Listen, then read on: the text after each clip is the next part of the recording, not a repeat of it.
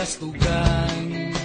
Hindi malilimutan ang asaran na merong pikunan, lalo na rin ang unang niligawan, unang kabiguan. At dyan nasiseryoso ang usapan, ang pagdadamayan ng tunay at tapat na kaibigan. Noong mga buwan,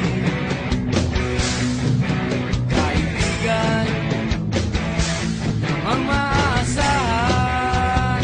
Oh, di na tayo babata, edad may di nahahalata. Sa mga trip unti-unti na tayo nagsasawa. Pero kahit ganon, barkadang matatag hanggang sa ngayon.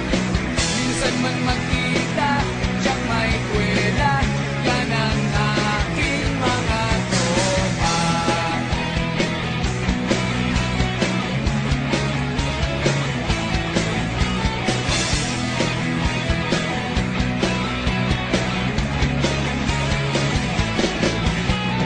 Inuman na pang magdamagan, minsan inaabot pa ng ayaan, na kung saan-saan, na para bang walang kinabukasan at kahantungan. At dyan nasiseryoso ang usapan, ang pagpapayuhan ng tunay at tapat na kaibigan.